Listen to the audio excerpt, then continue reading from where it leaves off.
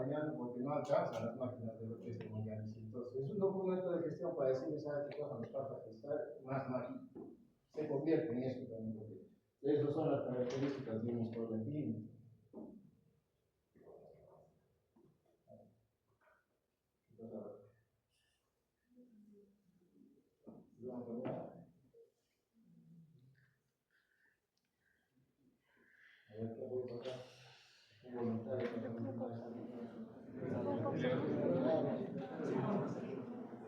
Pero hay una línea donde básicamente se pueden adecuar a cualquier hospital.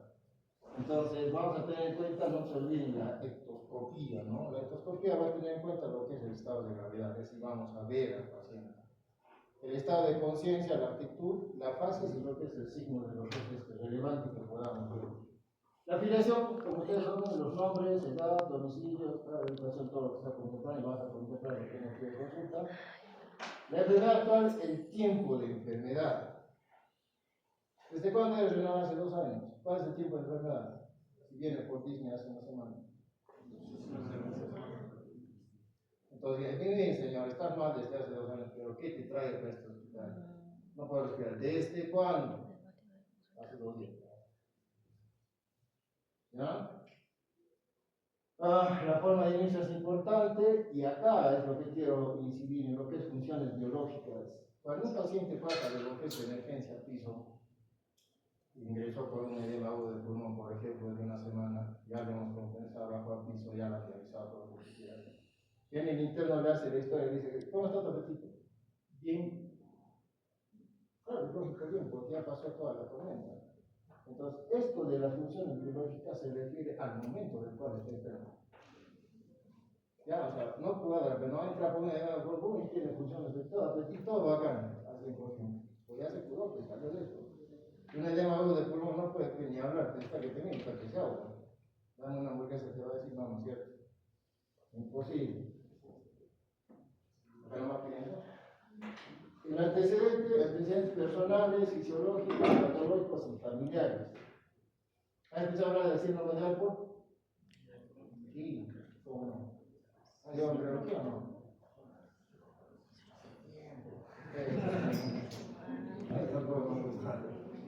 El síndrome de Alport es una alteración cromosómica que va a ir con lo que es una afectación de la parte renal, la parte ocular y la audición. ¿Ya? Y es hereditaria, en ese caso, es hereditaria entre varones. Si hay una mujer, pasa el parcial hemofilia, por ejemplo, no le pasa. Los varones tienen con ese problema renal. O digo, la mayor también padeció por insuficiencia renal, tú también, entonces sacas ese, por ejemplo. Y tenemos al examen físico, pues, ¿no? El examen físico y lo que es el diagnóstico en sí. Entonces, los componentes de historias clínicas, vuelvo a repetir, los datos de afiliación, como hemos visto, el motivo de consulta, por qué está viniendo a tu consulta, qué lo trae en ese contexto renal, ¿no? La enfermedad actual, antecedentes, ya hemos dicho varios antecedentes, la revisión por sistemas, siempre revisar, bueno, de cabeza a pie, ningún sistema es independiente del otro. Pero la desventaja de la semiología renal es que tú ya lo vas a ver al menos cuando ya está fregado. ¿Sí o no? No es lo mismo que cuando ustedes han visto la parte neurológica y les comenté a los alumnos, es el único sistema donde ya te dice dónde está la lesión, en qué metámera está la lesión, si hago un reflejo, en qué dorsal está la lesión. Pero al renal, partiendo de eso, se deja palpar. Un riñón, cuando tú ya lo detectas que la creatinina está alterada, ¿cuánto por ciento está afectado? 70 no está malo. O sea, a partir del 50% ya hasta allá y la creatinina está subida. O sea, ¿cuánto por ciento se va a dejar detectar lesiones? Entonces, cuando vamos a ver anatomía y fisiopatología del riñón, vamos a ver el tema de la creatinina y el por qué. Se ha tomado en cuenta la creatinina y no otro elemento por medio, ¿no? Examen físico, y eso ya es crucial, la semiología en el cual reza lo que es la parte renal, es puntual, no es mucha no se hace problema, que al igual que es ya casi diagnosticable en etapas terminales, entonces también no se hace problema de que se lo diagnostiquen, ¿no? El diagnóstico y el plan, ¿no? no se olviden el plan. Entonces, datos de afiliación que va a registrar. Identificación del paciente es importante, es el primer paso de la historia clínica y va a contemplar el nombre completo, la edad, la procedencia, ocupación y lo que es la fecha de ingreso, ¿no? Acá es donde muchas de las consultas se interrumpen. Ustedes están en emergencias, se les viene el paciente, no han almorzado, no han desayunado, como yo, por ejemplo, hoy día, tengo que dar clases acá, casi de la tarde, ¿sí? Y te llega un paciente, pero no. ¿Cómo lo recibes? Con toda esa atención. Ya, siente, ¿qué tienes? No, te he dicho, ¿qué tienes? Así. Pero no, te dije. Desde el doctor se corta esa comunicación. O sea, ustedes saben cuál es esa cruz que está trayendo ese paciente para llegar a esa consulta y le vas a terminar en 2 minutos. Y tú preguntas, ¿de dónde vienes? Yo estoy en Esterilita, todas las semanas son por un medio día de viaje. Está viniendo para tu consulta. ¿No? Entonces, y eres tan tajante y lo dices, no eres tan empático que se reserva los demás minutos. Ya he terminado lo que consulta. Como yo siempre digo a los internos, no te vas a comportar bien o a los alumnos o a los residentes hasta que no te pase a ti. Hasta que uno de tus familiares no se enferme y no pases ese sinsabor para poder tratar bien al paciente, ¿no? Entonces, esperemos que no pase eso con ustedes, pero ustedes ya tienen que ser empáticos desde el inicio, ¿no? Entonces, debe describir básicamente la razón principal por la cual el paciente busca la atención médica, el motivo del conflicto. Está buscando que es por algo. ¿Por qué viene el tiempo de evolución? ¿Por qué viene? Me duele la cabeza, doctor. ¿Hace cuánto? Una semana. O sea, ¿por qué se espera una semana? Entonces, ¿por qué está viniendo contigo? Ya no es controlable. Ya no es por eso está viniendo a ti. Y si llegó tarde, ya toma, ¿no? Lo que es la historia clínica. Debe describir las palabras del paciente con su terminología, no terminología médica, por favor. ¿Qué te va a decir el paciente? Tengo sangre en la orina. Ni siquiera te va a decir que tengo sangre en la orina, sino que está oscura. O te va a decir que está hematúrica, macroscópica, está con cremosita. No te va a decir eso, ¿no? Así. Imposible, ¿no? Entonces transcriban eso, lo que dice la historia. Estoy orinando muy poco, te diría el paciente. No me van a decir que tengo liguria, ¿no? ¿Sabes que doctor? Tengo menos de 0.5 ml. Imposible. ¿No? Se me hincharon las piernas. ¿Ya? Entonces son terminologías lo que ellos te van a transmitir y tú lo vas a transmitir, lo vas a plasmar técnicamente con tu diagnóstico. ¿Ya?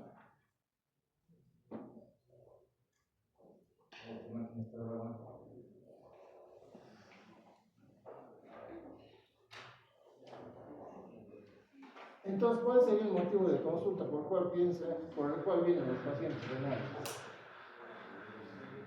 Ahí lo dice, ¿ustedes qué dicen?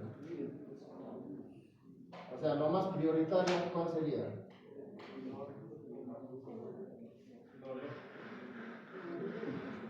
Lo característico, sí, pues, lo más característico que estamos conociendo, el tema de lo que es dolor lumbar, te va a decir por proteinuria, te va a decir por hematuria, que es lo más relevante, hematuria, proteinuria, dolor lumbar y edema, ¿no? Está hinchado. Entonces, de estos pacientes, en relación a lo que es el edema, hay que sospechar que es de origen renal. ¿De cuántas causas son los edemas?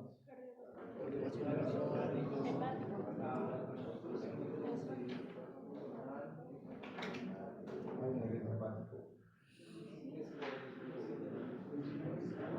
De tipo carencia, de tipo de nutrición, ¿no? Es decir, albúmina alterada, ¿no? Y cardíaco. Entonces, en ese escenario tenemos que ver cómo estamos en eco, entonces son también de tipo renal, ¿no? Hay que ver si es blando, si es de origen marginal, prioritario, porque lógicamente lo que es los edemas renales son en las pedazos de vaca, detección muy altos, ¿no? Llámese párpado. El edema en enfermedad renal crónica tenemos una nasagia generalizada. ¿Por qué? Porque si va a tener enfermedad renal crónica, la oliguria es la que va a estar afectada. Si no hay evacuación y sigue ingresando agua externa, entonces lógicamente va a ir a los tejidos, ¿no? En el tema del dolor lumbar, el síntoma de una enfermedad cuando la distribución esté en relación con las raíces nerviosas, ¿no? Entre la sexta y la 12ª primera lumbar, ¿no? Estamos hablando de Y si lo relacionamos con tener en cuenta si la distribución del dolor es similar a lo que es generado por otras vísceras, hay que discriminarlo, ¿no? Evaluar también el tipo de dolor en forma de presentación, si es intensa o propagación y irradiación, como suele pasar en un cólico renal, ¿no? De aquí, doctor, hasta acá. Y si vamos a ver un uretral, me está bajando hasta los testículos, no hasta los genitales. Sí, vale. Un dolor agudo en el tema de lo que es una paciente mujer, por ejemplo, con antecedentes de insuria, fiebre, puede ser lo que es una pilonefritis de por medio, ¿no? Y a nivel de lo que es la gestante, mucho cuidado con este tema, ¿no? Entonces, ¿cuál es la característica de lo que es el motivo de consulta? Breve, claro, cronológico y específico. Incorrecto, ¿no? Poner insuficiencia renal. ¿Por qué? Porque este enunciado nos está diciendo una tecnología diagnóstica en lugar de escribir el síntoma por el cual el paciente está aquí. Esto ya está con diagnóstico, porque ya lo estás tecnificando después. No le vas a poner el inicio a este problema. ¿Qué sería lo correcto? Disminución del volumen urinario desde hace 3 días por día. Este enunciado describe el síntoma con precisión temporal y con un lenguaje claro y comprensible. ¿Ya? Entonces, a veces, muchas veces ponemos siglas, A, O, D, S, O, D, B, lo que es A, O, D. O sea, me estás inventando. Entonces, en la historia clínica, lo voy a repetir, no puede ir siglas, ¿no? O abreviaturas. Entonces, en cuanto al análisis de la historia clínica, ¿qué entienden por análisis ustedes?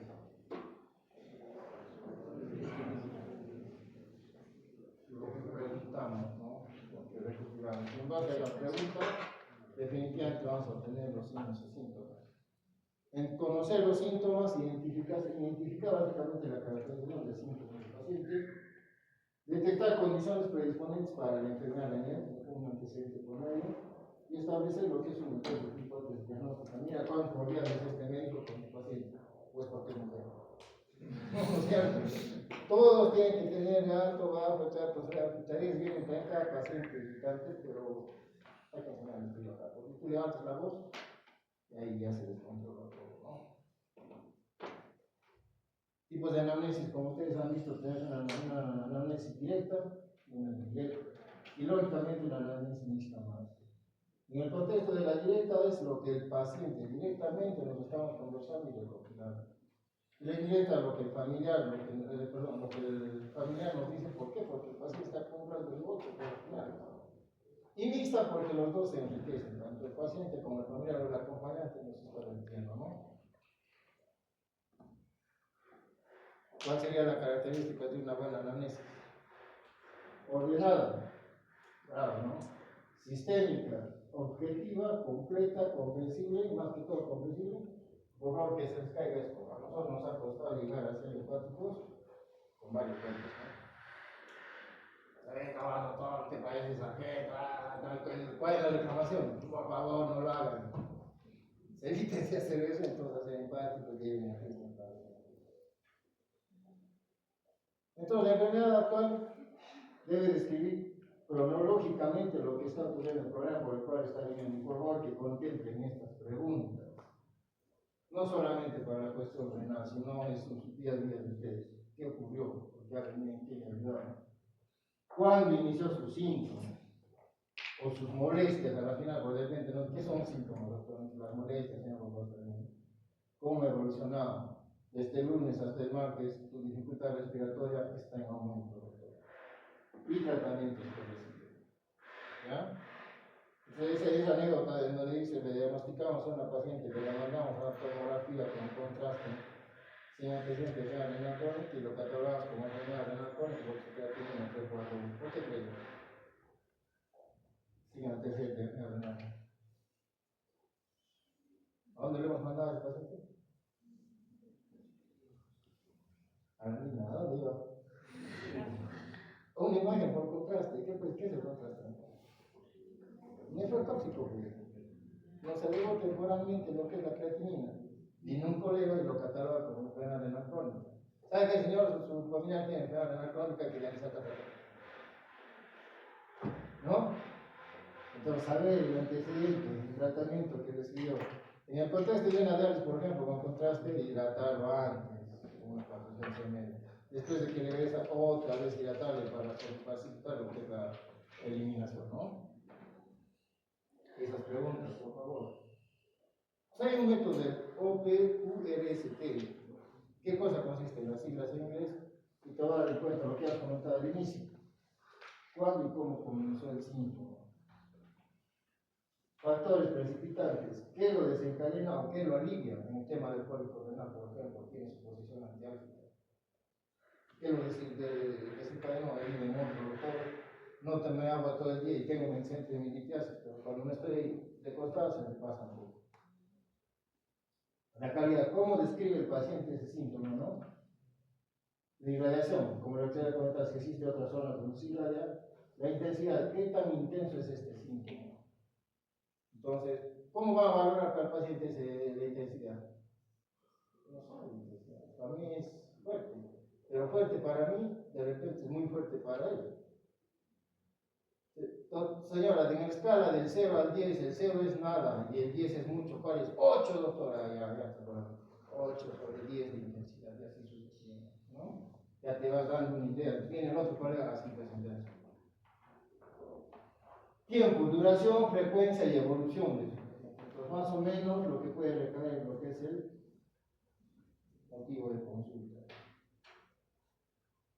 Otro que vamos a tener en la enfermedad actual. Puede tener un antecedente de lo que es una enfermedad renal crónica del paciente, y cuando entra en emergencia porque tiene, qué sé yo, edema y dificultad respiratoria, ¿cómo se convertiría ese diagnóstico? Porque ya tiene una enfermedad renal crónica, ¿no? Estaría así, con más hemodiálisis, más eso, reagudizada. No me vayan a poner como lo que tiene evolución de un interno X. Enfermedad renal crónica y hemodiálisis, descartar incluir renal aguda. ¿Qué es esto? ¿Cómo rescatar si está hecho de papá? Le dije, no, ¿no? Entonces, podemos poner los sindrómicos y si está realizado, está realizado. ¿Qué va a contemplar la enfermedad actual, doctor? Lo que hemos comentado anteriormente, el edema, la calificación de producción cinética. Las patologías que más consultan, vuelvo a repetir, hematuria, proteinuria, edema y el lógicamente el dolor. ¿Ya? En ese interín puede haber una disminución de la diuresis o una alteración en lo que es la forma de concentración de los orina. En relación a la nicturia, ¿qué es una nicturia? Orinas en la noche, voy a traducir, ¿no? Lo único que podemos tener de ventaja de los varones en relación a las damas es que el varón hace una sola cosa a la vez. Escucho 4 o 5 voces, ya no me confundo. Entonces, la mujer está acá, ya aquí, ya está en el piso, ya. Entonces, si quieren asesoría, consulten a las damas. No es miento, ¿verdad? El ejemplo de enfermedad actual, por ejemplo, tenemos un paciente con edema de miembros inferiores, 2 semanas de evolución progresiva acompañada de disminución de volumen urinario y aumento de peso 5 kilos. Cuando nosotros vemos el edema, vuelvo a repetir, si está hospitalizado este paciente está con mucha zona y seguimos incrementando, ¿cómo voy a ver ese incremento de edema?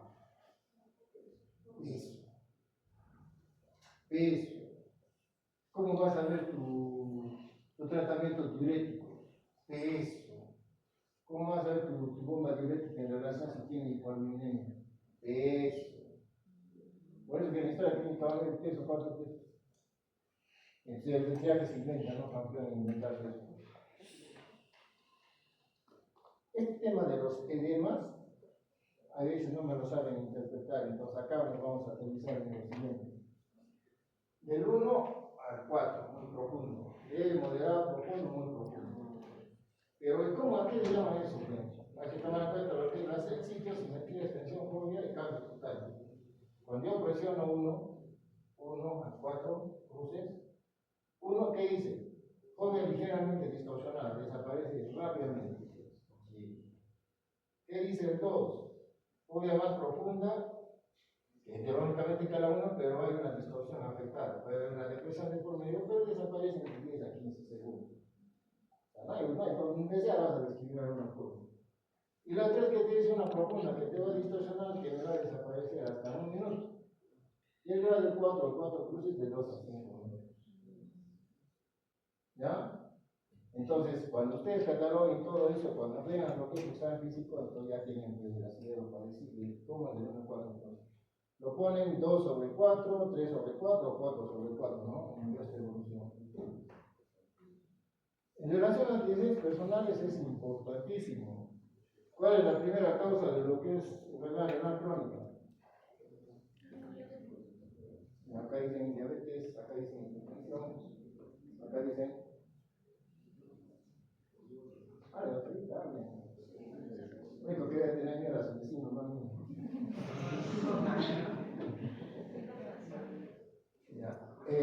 Entre lo que es las causas más frecuentes es la hipertensión y diabetes, pero la más trascendental es la diabetes. Ya, porque ojo que la diabetes es condicional a una hipertensión, que va a ocasionar, porque hay daños a nivel de todo el sistema muscular, ¿no? En hipertensión hay que tomar en cuenta la evolución, control, y en la diabetes, lógicamente, el tiempo de diagnóstico y el control es importante. Decir a un diabético, ¿hace cuánto tiene diabetes? Hace 4 años. En esos 4 años, ¿cuántas veces has entrado al hospital? Ni una. Muchas veces cada mes, ¿qué dice? Que no hay poca dirección de tratamiento, de seguridad, ya saben ustedes. En el caso de evitar los episodios propios, previos, el compromiso, infecciones urinarias, la frecuencia. Como ustedes saben, hay infecciones urinarias recidivantes, frecuentes, repetitivas, si se quiere decir, ¿no? Y es importante en el tema de lo que es las damas, porque vas a ver si es que existe alguna anomalía o un cálculo de volumen. Enfermedad renal previa y una enfermedad autoinmune. El lupus te va a agarrar hasta el cabello. Entonces, si va a haber un antecedente público, ya tienes que prepararte para el. Y una de las complicaciones es que la enfermedad renal crónica. ¿Antecedentes quirúrgicos serán importantes? Sí. Llegó una paciente al hospital con un tema de dolor, tenía cálculo, pero la señora decía, soy monorrena. Entonces, al tener un solo riñón, mucho cuidado para darle las orejas para no utilizar un antibiótico y con un medicamento nefrotóxico, porque tiene solo un riñón, ¿no es cierto? Entonces, eso es importante porque es un tema de los temas quirúrgicos. Trasplantes, el tema de cirugías urológicas o catéteres. Entonces, no pensé que los catéteres es una puerta de entrada a una infección. Ahora, ¿cuánto tiempo aguanta un catéter? ¿Cuánto es la frecuencia de cambio? Estoy hablando de este cambio. Normalmente lo cambian entre 3 a 4 días. Pero ese cambio, esa movilización genera lo que es acceso. Por eso que suelen integrar lo que son las siliconadas, que generalmente te aguantan entre 1 mes a 2 meses. ¿No? Y peor si vas a ver la bolsa o el contenido, si está con detritus, ya, pues ya sabes de dónde viene la infección o la posible infección. Antecedentes farmacológicos, los AINES, aminoglucosa y el contraste. Acá tenemos también como lo que es la ciclosporina e incluso el metotrexato, ¿no? Tratamiento por medio que puedes decir, por favor, para las orejas, el tema del nutricional. Tenemos los IECAS, tenemos los diuréticos mismos. Por ejemplo, un antidiabético le podemos dar una metformina en un paciente con recuperación de creatinina de 70. No. La insulina le daré 2 veces al día. ¿Por qué? En un contexto renal, ojo. ¿Por qué? Que lo creen en la siguiente clase, que al siguiente anatomía y fisiología. ¿Por dónde se elimina la insulina, doctores? ¿Qué están hablando?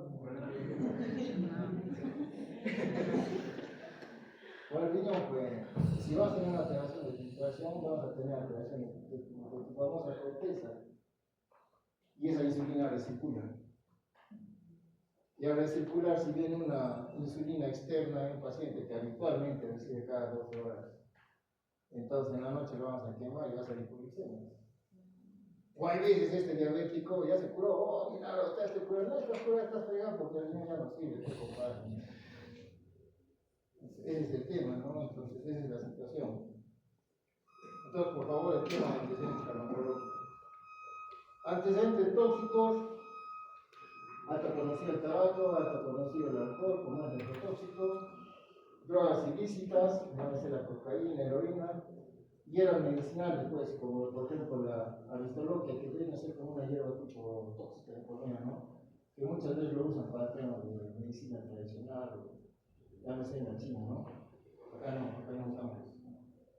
En accesos familiares hay que tomar en cuenta la poliquistosis renal porque es un condicionante a enfermedad renal crónica en el futuro o hematuриas, síndrome renal, por lo que les había comentado, compromiso renal ocular y el tema de la visión. Hay diabetes, hipertensión y lógicamente el lupus, una coagulopatía de por medio. Antecedentes obstétricos, embarazos. El tema de lo que es la preeclampsia y eclampsia en una paciente que está puérpera o gestante o puérpera le va a condicionar a realizar hipertensiones posteriores. Por eso una vez que sale esa puérpera hay que hacer su control, lógicamente con un antecedente de GED, lógicamente con un antecedente de preeclampsia. Si no lo controla, no hace ese seguimiento, va a agarrar una hipertensión y a la larga va a agarrar una enfermedad renal crónica, ¿no? Y hay gestantes de 33, 25 años en los que ha podido de repente conducirlos de otra manera, pero se fueron pues, a su lugar de origen, ¿no? Llámese el pueblo, ¿no? Que básicamente no va a tener este cuidado del caso. Antecedentes sociales, ocupación, en el tema de agua potable, si tiene o no, el acceso a nivel socioeconómico, si tiene acceso o no a salud. Esto de ocupación ya surgió prácticamente hace 10 años, un tema de lo que es la especialidad de salud ocupacional, no sé si la conocen ustedes, que se gana más que todo, así de especialista, dando clases, lo que tú quieras. Va 2 horas a una empresa, hace su bioseguridad o ingeniería ambiental, 12 lucas. Yo tuve la oportunidad de hacer lo que es un diploma de salud ocupacional acreditado. Yo era nombrado. ¿Cuánto gana? Uy, acaso yo hablaban de 6.000 a veces, ¿no? 6.000, 5.000, y había unos 12.000. Me levanté la mano, ¿no? He venido a clases nada más. Entonces, el contexto de salud ocupacional es todo el mundo, ¿eh? Todo el mundo. Y esa especialidad, porque es una especialidad, sí, aparte, igual que la neurología, las habituales, y una de las más rentables hasta cierto punto. ¿A qué recae? Que al paciente hay que preguntarle de cuál es su ocupación, porque a veces muchas de las enfermedades están recayendo de eso. A ver, todos los médicos estamos expuestos a todo este tipo de bacterias. Un paciente que lava oro y usa mercurio por las manos allá, imagínate lo que va a venir. No, y esa es la clásica, lo que es Maldonado, pero tú pones de toma, tu lo que tú quieras, pero dentro, ¿no? Este es el caso de los síntomas doctores. Lo que les había comentado, básicamente, tomen en cuenta el dolor, trastornos de la adicción, síntomas a generarse en específico y alteración de lo que es objetivas del orina. Si hacen un cruce, básicamente van a tener por qué. En el tema del dolor va a tener clásico dolor renal, uretral, por ejemplo, un dolor prostático. Y si vamos en lo que es trastornos de la adicción, la cantidad. Oligoria, recuerden que vamos a ver, y la forma de la adicción, la frecuencia, por aquí la disuria, y el tema del ritmo de eliminación, ya sea mixturia en la noche o mixturia en el día. Y si esto lo asociamos a lo que es alteraciones, llámese como síntomas generales, fiebre, una pielonefritis, el tema de cefalea, el tema de lo que es emesis, qué sé yo, si le mezclo dolor con lo que le mezclo una alteración en la frecuencia, por ejemplo, tiene dolor lumbar, está orinando frecuentemente y tiene la frecuencia aumentó más lo que es este dolor lumbar y además y toda una mujer estoy adelantando con una infección urinaria de promedio. Entonces, los síntomas urinarios es importante y acá están los conceptos que les comentaba, ¿no? La disuria, el tema de lo que es dolor al orinar, la polatura aumenta la frecuencia, la urgencia adicional que es la necesidad imperiosa de lo que es orinar y la hematuria, lógicamente, presencia de sangre y orina. Ojo que cuando toquemos hematuria, vamos a ver el escenario de lo que es micro y macro. Y generalmente no se va a ver que coágulos, señores, salvo que tu sangrado sea de todo la que es la ley urinaria. Y una de las características de sangrar que se coagula. Digamos, si te viene del riñón, no se te va a coagular, ¿no? En lo que es es el examen de orina. Y la espuma urinaria no queda por ti, no encima. Alteraciones de volumen urinario, algunas literaturas te hablan como poliuria de 3 litros, van a encontrar así. Que básicamente está mayor a 2.5 litros, por eso se llama poliuria enorme, diabetes mellitus, diabetes insípida, uso diurético. El tema de oliguria, lo vuelvo a repetir, algunas literaturas que hablan de menos de 400 a 500, pero le vas a poner 400, y es un marcador básicamente cardinal de lo que es la lesión, ¿no? La injuria renal aguda al inicio va con poliuria, ¿no? ¿Pero por qué? Pues la creatina está elevada si tiene buena orina, pero no la de calidad, ojo. No que el cual tiene que eliminar lo que son lo que es la creatina. La lectura, emisiones nocturnas frecuentes, una lectura que estaba hablando más o menos de más de 8 veces durante la noche, ¿ya? Asociada lógicamente que se va a presentar en la noche. Síntomas asociados, ya hemos dicho, la fiebre, fatiga, lo que no de vómitos, y con eso haces una confusión diagnóstica. Y los puntos clave de lo que es la historia clínica, ¿cuál sería? El interrogatorio sistémico permite construir una hipótesis diagnóstica sólida antes de cualquier estudio complementario. Establecer la secuencia temporal de los síntomas. En la anamnesis, lógicamente, tú te vas a decir un ramillete de signos y síntomas y cuando tú estés haciendo tu relato lo vas a organizar, ¿no? Entonces, ¿con qué ha comenzado? Con cefalía, ¿qué vas a venir? Dolor de cintura, ¿qué vas a venir? La fiebre, doctor, y ahora ya tengo dolor a abdominal. Esa es la cronología, ¿no?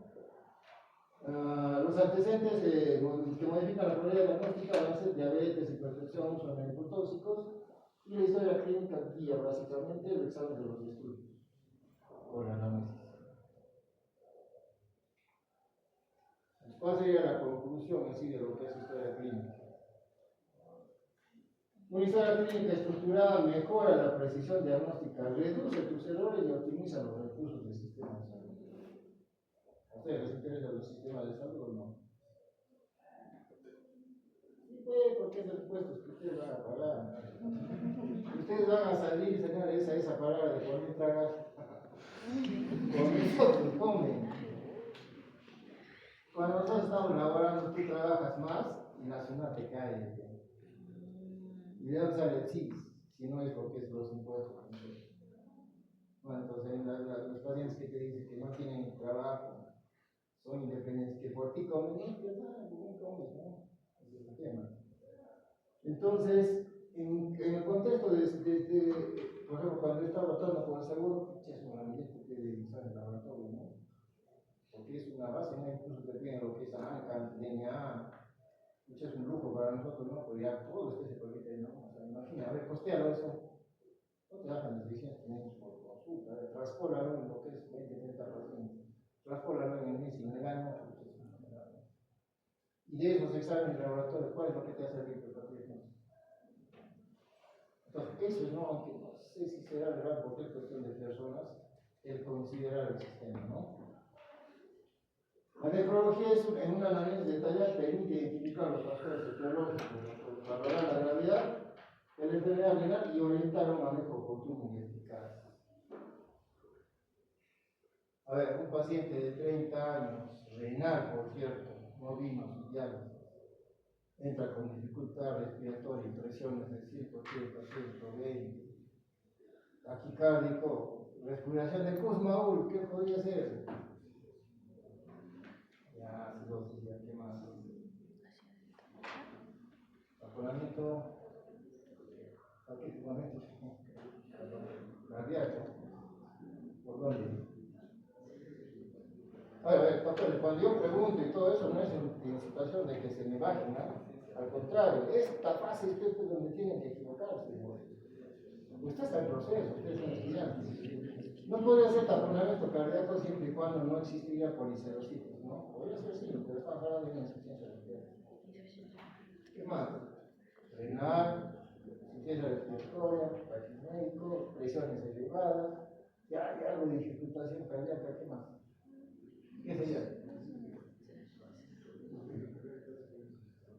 Pero no tienes accidente cardíaco, doctor, es renal.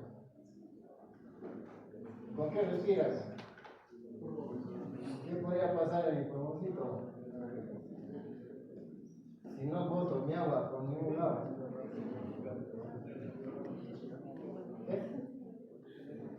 Edema agudo del pulmón. Bravo, una cosa. Entonces, ese edema agudo del pulmón, por ejemplo, ya lo diagnosticaste, pues ahí. ¿Ya? Mira, hasta que te hagas, mira, estás en la guardia en la noche. El único tratamiento de edema agudo del pulmón, vuelvo a repetir, no es el único, el más relevante, es que lo dices, pucha, hasta que el nefrólogo que mire, no, mire, este paciente tienes que intubármelo, si no, no te lo recibe, ya lo conozco con el nefrólogo, ¿no? Pues clínicamente es que bajarle, que ¿cómo le bajarías bajando el gasto cardíaco? ¿Cómo le vas bajando la presión arterial? Nitroglicerina, ¿no? Ustedes van a ver la nitroglicerina, pues aquí cuando ustedes les va a tocar manejar eso, es como cuando le pones a la triada de WIP de tu depósito, se te levanta y el sentido hace toda la familia porque no se presiona también. Entonces la presión, tú te bajas la presión, disminuyes el gasto cardíaco, menos congestión pulmonar, disminuye la frecuencia cardíaca y ahí queda la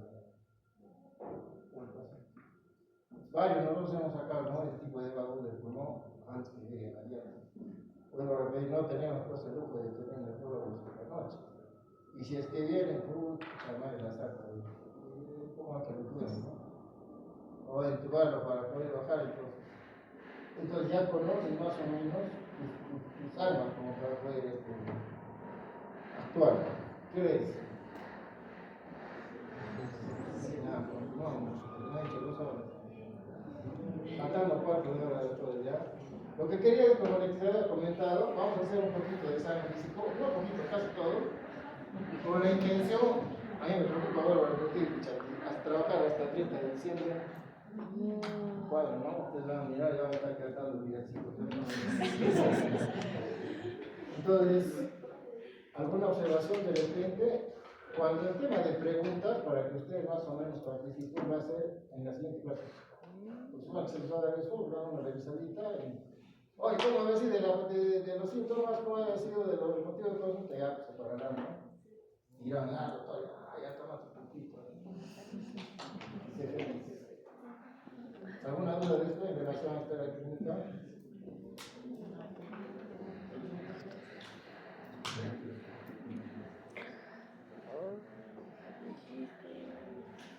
Entonces pasamos a lo que es el examen físico renal. Entonces, este examen físico renal, ¿qué cosa? Va a contemplar las 4 esferas de toda la semiología del cuerpo. La inspección, palpación, percusión y auscultación.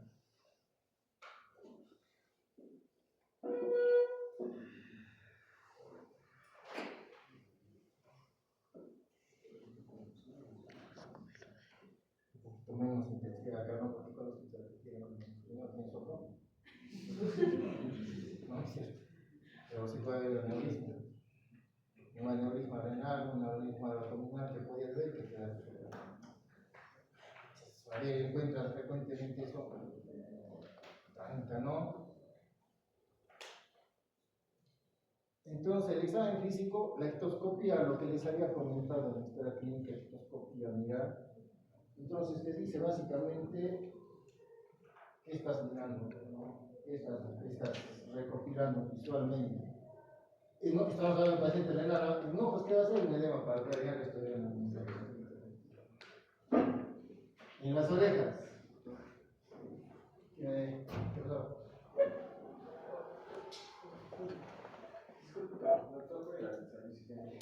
Puede hacer de colegio más, ¿no? La próxima se me aguanta, ¿no?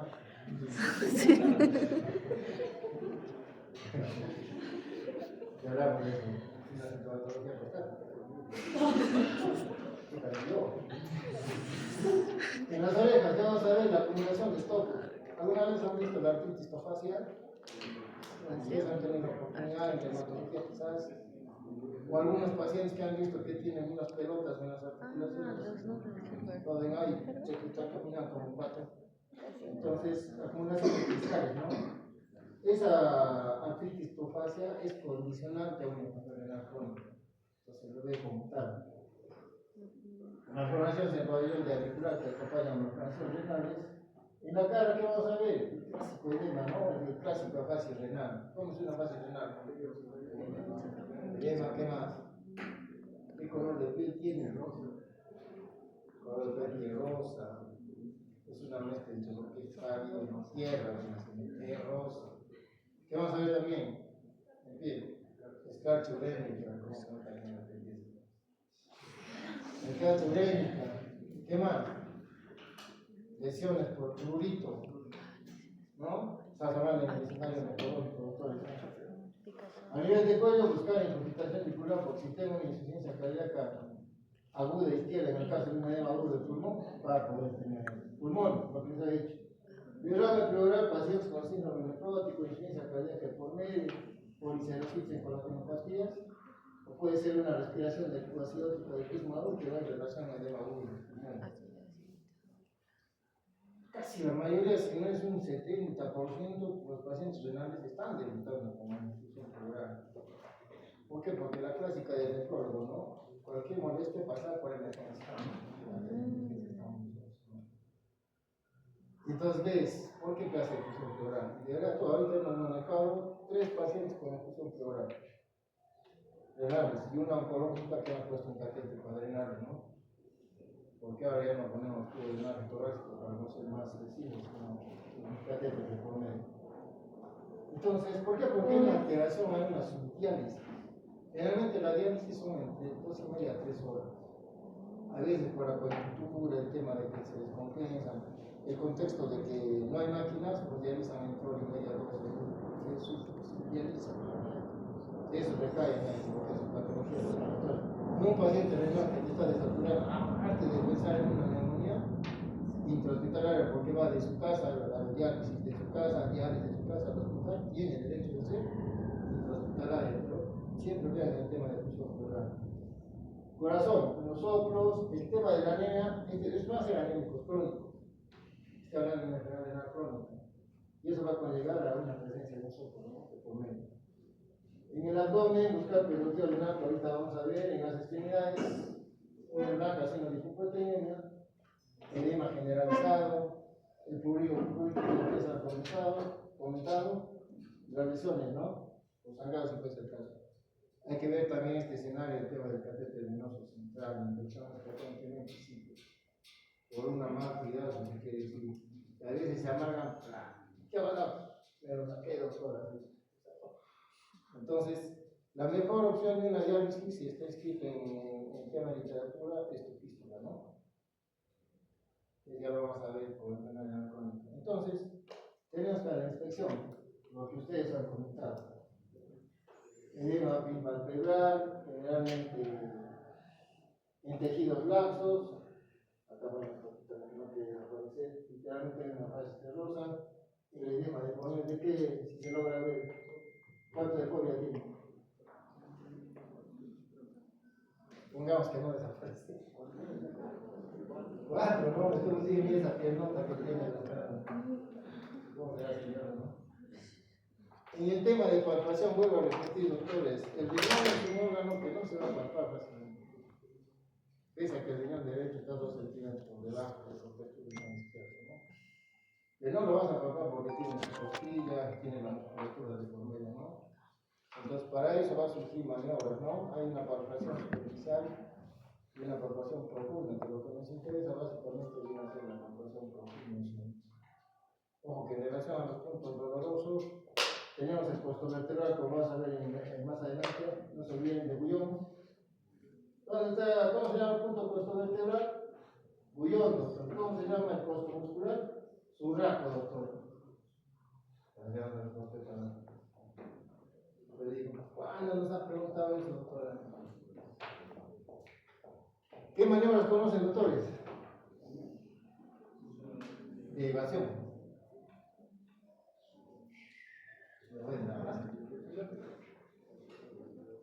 ¿Cómo se llama eso, Peña? Tenemos a el Bullón, renal,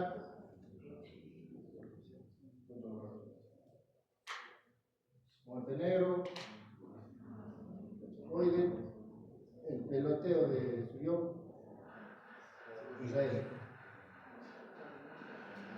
El que estuviese invocando a los ángeles, no, así se llama. Eso vamos a ver lo que es en práctica, por ejemplo, el paciente, pero está acá ilustrativo, o sea, no hay donde escapar. En lo que es el método de Bouillon, para lo que es palpa de lo que es este riñón, el paciente está en decúbito dorsal, muchos les ponen lo que es las piernas flexionadas para relajar la musculatura abdominal, y lo que vas a hacer es que si vas a examinar el lado derecho del paciente, tu mano izquierda está entrando en oposición a lo que es la región dorsal. Y tu mano derecha está buscando. ¿Qué está buscando, pues? El hígado. No, el riñón. El polo, o sea. ¿Y cuándo vas a buscar al doctor? Cuando está haciendo inspiración. ¿Por qué? Porque está adelgazando. Otra vez respira, otra vez generalmente vuelvo a repetir, ¿cuándo vas a palpar el riñón? Cuando tiene un tumor, cuando tiene una diabetes en inicios, porque es agrandamiento del riñón, o cuando tienes quistos que generen un incremento de volumen, o una tosis pues renal. Ya lo palpaste. Ahora el método de Bouillon. ¿Queda? El método de Kleiner, no se había este proyecto en rojo, no es que sea comunista. Acecho, captura y escape. ¿Cómo lo está contemplando esto? Otra vez ponemos en lo que es región dorsal y mi dedo pulgar, si es que voy a evaluar el lado izquierdo, es el que va a acechar, el que va a capturar y el que va a percibir el escape del riñón. ¿Qué está haciendo esa mano derecha? Va a evitar que se me desplace mi riñón hacia la línea media. Este no va a papar. Por eso va a agarrar lo que es la posición del pulgar, ese extremo. Entonces, inspira, agarro, lo capturo. Estoy acechando, lo capturo, y al expirar este paciente, lógicamente va a escapar, porque va a salir. ¿Se entiende la técnica? Acecho, captura y escape. Kleiner, doctores. Israel. Si tengo un paciente obeso, digamos, o con una suerte de lo que es un abdomen rígido, lo pongo del decúbito lateral derecho o izquierdo, si se quiere, lo que quiera ver. En todas las maniobras o métodos, no se olviden quién lo está poniendo. Siempre hay una mano que lo pone. ¿Ya? Inspira igualito y estoy palpando lo que es el polo, lo que se tenga que palpar en lo que es el pantalón. Maniobra de Israel, decúbito lateral. Voy de pie, lo que se va a palpar está sobre una silla, igualito, posición, palpando, no se olviden, lo que van a palpar es la inspiración. Cuando se le dé la práctica con el paciente, ya saben, inspira. No, esto no se palpa, claro que está tocando el paciente. Haz de inspirar y estás introduciendo los dedos. ¿De acuerdo? Muy bien. Montenegro. Este Montenegro básicamente va a ser un complemento del peloteo de Bouillon. Decúbito ventral, igualito a la expresión, pues generalmente en un incremento de volumen del riñón, le impulso con mi mano que va a estar a nivel del abdomen para que ésta perciba lo que es el peloteo. Montenegro, ¿ya? Ahí está tu peloteo de Bouillon, que muchas veces te dan así tiempo de Bouillon. Pero vean esta mano, ¿ah? Vean esta mano. Si va a examinar el lado izquierdo, esta es la que está poniendo y con este estoy palpando. ¿Se dan cuenta? Este va a empujar y acá lo va a perseguir. Peloteo. Si tuviésemos, digamos, una paciente asítico, para mala suerte, una tumulación renal, se persigue, es como por ejemplo signo de la oleada. ¿Verdad? Tengo razón, ¿no es cierto? Algo así. Entonces, ¿cuántas maniobras ha habido?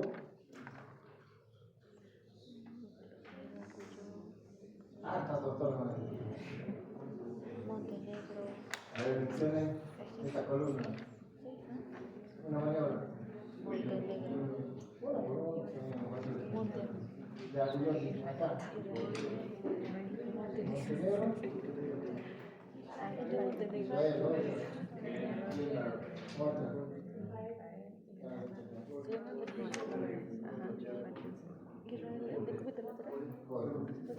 Ya está, ya queda, doctor. ¿Ya? Y tus puntos dolorosos que vamos a ver acá. Entonces, esa maniobra ya se va a quedar y no se va a olvidar eso. Pero cuando vayan a hacer la psicología con el paciente, ya saben que ya la mano por todo lado, ¿no? Del paciente. En relación de la percusión, doctores, generalmente esta técnica se le va a usar cuando tenemos pues una forma sensible que no va a poder, ¿no? Por ejemplo, tengo un traumatismo renal y quieras o no, estoy queriendo percibir lo que es el matriz o no, si hubiese una hemorragia por traumatismo de promedio, ¿no? Percuto y digo, mate. Ya, entonces, o sea, no es tan trascendental, pero es más o menos para eso. Los riñones crecidos con hidrofosis, donde la palpación no es reveladora, ¿no? Para la percusión puedes delimitar de dónde a dónde va, ¿no?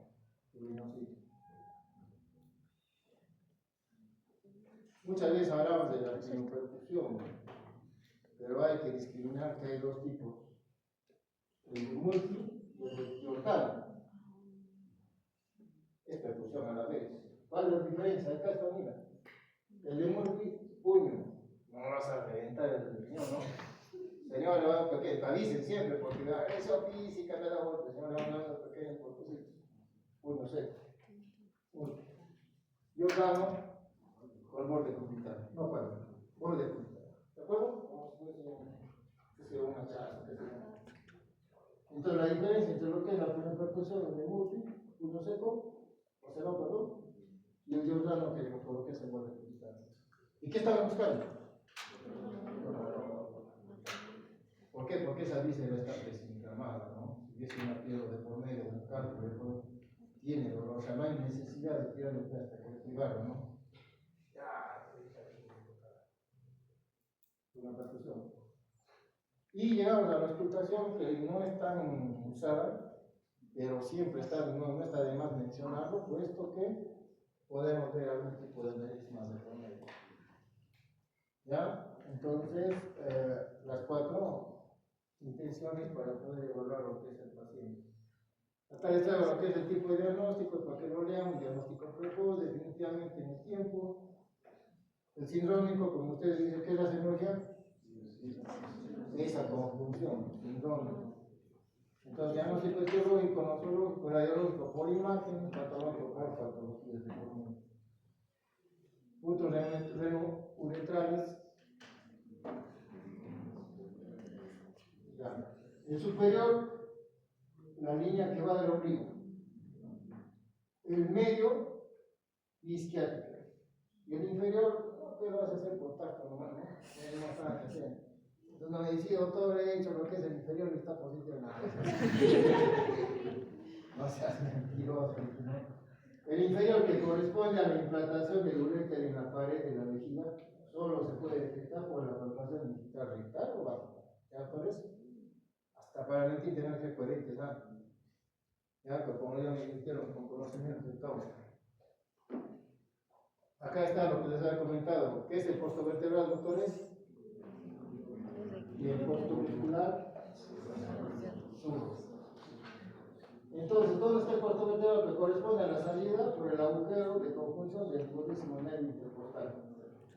¿Y qué viene a ser el posto muscular? Corresponde a la rama perforante posterior del duodécimo intercostal en el punto en el que se hace superficial. Básicamente, acá dice el ángulo que forma entre lo que es la 12ª costilla con la columna vertebral. Y acá la 10ª costilla con el borde externo de lo que es la masa muscular espinal. ¿Ya? En la parte posterior.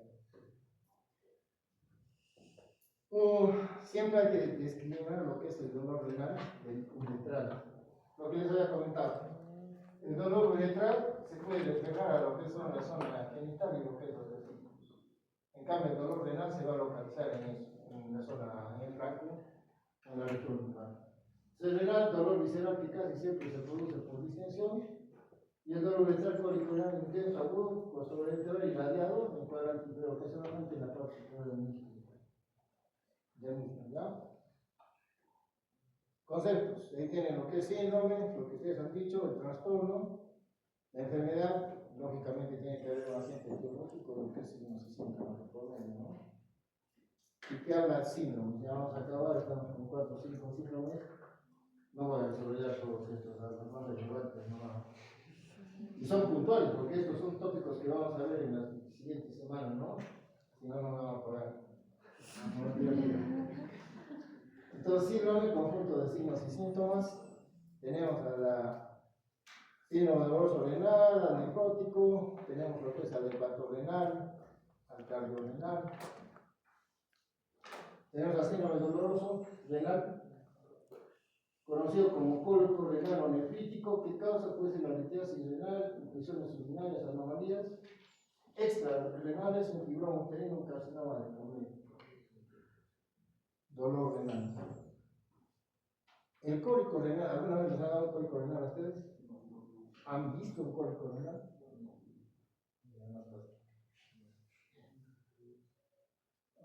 Ojo, a mí no me consta, pero dicen que es como un parto, en el tema del cólico renal. ¿Por qué? Porque se supone que puede haber por alguna causa de lo que es litiasis tal, y hasta que tú botes el hito, porque este hito va a bajar por los uretes hasta la vejiga, hasta que llegue un patrón que se contrae. Y de ahí lo ves barbarón. Ay, ya, ay, te voy a comer. Ahí donde le dices, no, ¿cómo es eso? Ese dolor casual de lo que es este dolor cólico, no solo te va a calmar con lo que es analgésico, aparte que lo vas a hidratar, va mucho mejor con relajantes musculares. Como cuál, por ejemplo, la adrenalina, ¿no? O el plasma, entonces, cuando tengan un dolor, porque eso van a tener en su célula, definitivamente en analgésico como relajante muscular, si es que lo tienen por ahí. ¿Ya? Lo que es su hidratación. Entonces, la antigüedad es en horas, doctores, no es pensar que una semana, no. Ayer estaba viajado, estaba al final comenzado. ¿Y qué tiene? Tenía calculado hace un método, ¿no? Localización fosa lumbar en el ángulo costovertebral. El inicio es súbito, unilateral y muy intenso. El carácter de tipo espasmo con grandes picos de dolor, acompañado de agitación general. La irradiación puede haber náuseas y vómitos, ¿no? La irradiación, dolor lumbar que se irradia siguiendo el trayecto letal, y los atenuantes, el paciente presenta gran agitación. O sea, como si ves como por ejemplo el dolor del páncreas, y ahora que tiene, me duele, pero señor,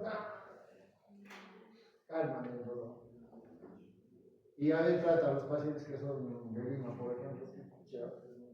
Si nosotros aguantamos, tenemos un grado de dolor, los pacientes les respiran y ya no. Si estás en la clínica, mira, libro de reclamaciones, pues no nos baja el dolor ya. Mejor corres, ¿no? Tanto que no se olviden sus analgésicos y no se olviden el antecedente.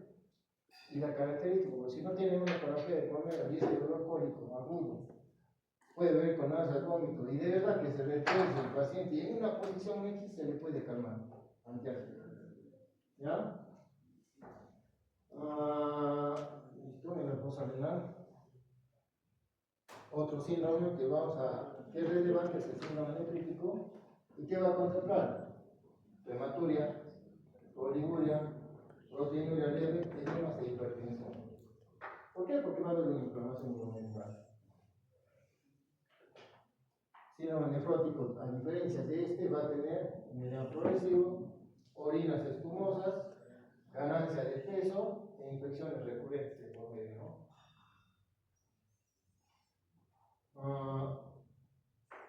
En el signo de lo que es proteinuria vamos a tener dos conceptos, la albuminuria y lo que es la proteinuria masiva. Acá te está hablando de proteinuria en rangos de más de 3.5 a diferencia de lo que es el nefrito. Y para acabar, tenemos lo que es la lesión, la injuria renal aguda y lo que es la enfermedad renal crónica. ¿Qué puede ocasionar una injuria renal? Claro, ¿qué más? Pero es una infección sola, no. Una que no le viste va a ser una infección, una injuria renal aguda. ¿Por qué?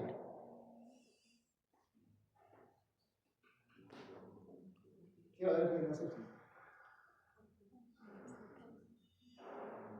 ¿Cuáles son los criterios de la sepsis médica? Vamos a decir sopa, Y con el vestido de ahorita, va a entrar por la puerta. ¿Cómo? Tú ahorita sopa, ¿no? ¿Qué pasó? ¿Tienes cansado? ¿Qué va a ocasionar la sepsis?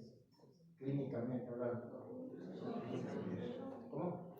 ¿Ese shock cómo se va a traducir? ¿En qué medida? Ojo que el shock ya tienes cuando ya usaste narcóticos, doctora. ¿Hablo de depresión? Listo. Ese órgano es tan resentido, compadre, que le bajas un poquito de la presión, se resiente y altera la respiración. Entonces, esta hipotensión que va a ocasionar general, va a ocasionar una hipotensión a nivel renal, va a conllevar a una injuria renal aguda por incremento de una alteración de la filtración. Por eso que el tema del contexto de la sepsis, ¿qué te dice la primera línea? ¿Escápate? No, ¿qué te dice? Líquido, compañero, líquido. ¿Qué más te dice? Antibiótico. ¿Y qué más te dice? Inotrópico. Pero líquido, ya, líquido, ya, hasta de más.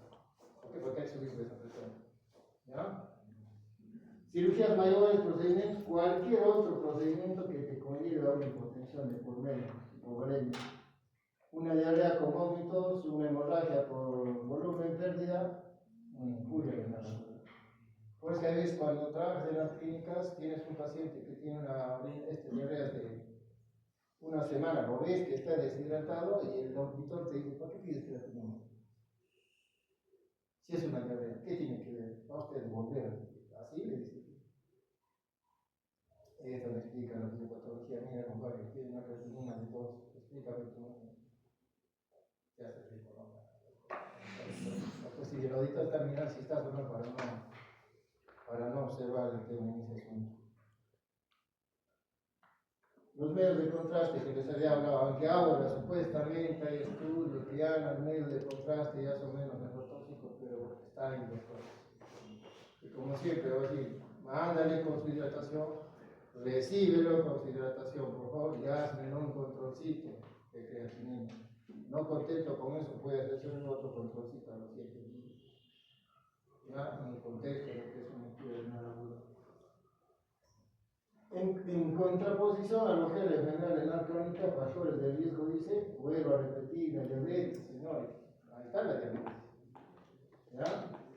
La obesidad de enfermedad cardiovascular sin historia familiar de nefropatía, y tenemos el primer injuria renal aguda. No es adecuado, porque la primera terapia de injuria renal aguda son líquidos. No he visto bien, no le he perfundido bien, he progresado en la renal crónica. O tengo una diabetes mal controlada, una renal crónica. Ha hecho una nefropatía diabética, pasó el 5 y se agarró la renal crónica. Uso prolongado de AINES, YECAS, la hipertensión definitivamente y la exposición a tóxicos ocupacionales. A grosso modo, ahora, por cultura renal aguda y renal crónica, pues son un mundo. Eso nos toca ver después, ¿no? Bien, doctores, hemos visto lo que es historia clínica y examen físico. ¿Ya? Entonces, ¿alguna duda que quede acá? ¿O alguna observación de por medio? ¿O alguna acotación por parte de ustedes?